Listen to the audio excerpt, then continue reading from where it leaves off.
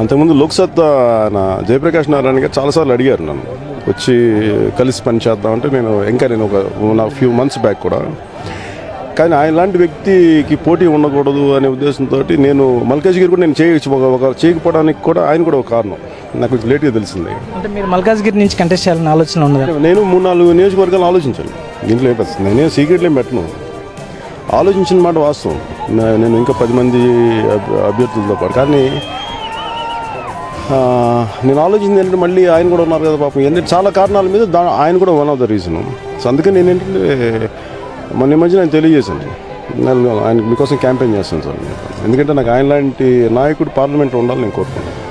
ఎందుకంటే 2 రాష్ట్రాలని సమదృష్టితోటి ఎన్ని ఇష్యూస్ ఉన్నా చూడగలిగే వ్యక్తి. అందుకని ఆయన ఖచ్చితంగా మల్కాజ్గిరి నుంచి ఆయన మన లోక్సభలో అడుగు పెట్టాలని కోరుకున్నాను. జేపీ తరపున ప్రచారానికి వెళ్తారా మల్కాజ్గిరిలో?